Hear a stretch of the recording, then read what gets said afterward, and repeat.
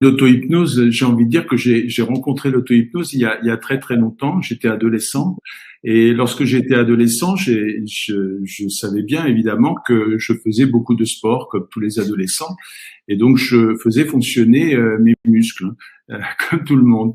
Et je Mm. me suis dit comment faire fonctionner mon cerveau. Donc j'ai cherché et je suis tombé un peu par hasard sur un livre d'auto-hypnose. Donc j'ai commencé l'hypnose par l'auto-hypnose. Et Mhm. l'auto-hypnose, d'abord, qu'est-ce que c'est? C'est de l'hypnose, évidemment, et c'est de l'hypnose par soi-même, pour soi-même.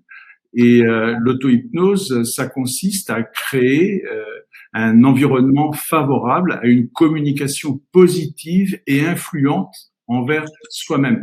Influente, c'est important parce qu'il y a la communication positive, c'est vrai, mais il s'agit, on va le voir parfois, de modifier des agencements psychologiques néfastes.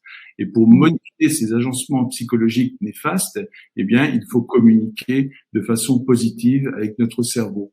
On sait bien les uns ou les autres, on a tous vécu ça, qu'on est souvent tiraillés entre d'un côté les émotions et de l'autre côté la raison, hein, vous savez, le conflit raison-émotion, mais on est aussi tiraillé entre le conscient et l'inconscient. Le conscient veut une chose et l'inconscient, lui, il n'entend pas ça comme ça.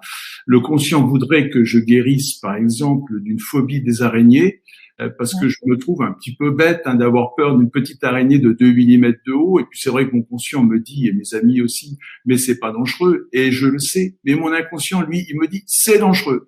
Et donc j'ai peur. Alors c'est pas moi, hein, je prends un exemple évidemment. Mhm. Et donc voilà, ça va être ça l'auto-hypnose, ça va être de communiquer positivement avec son inconscient.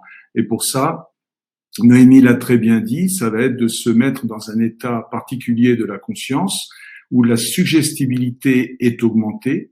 Et donc du coup, ça devient favorable à des messages.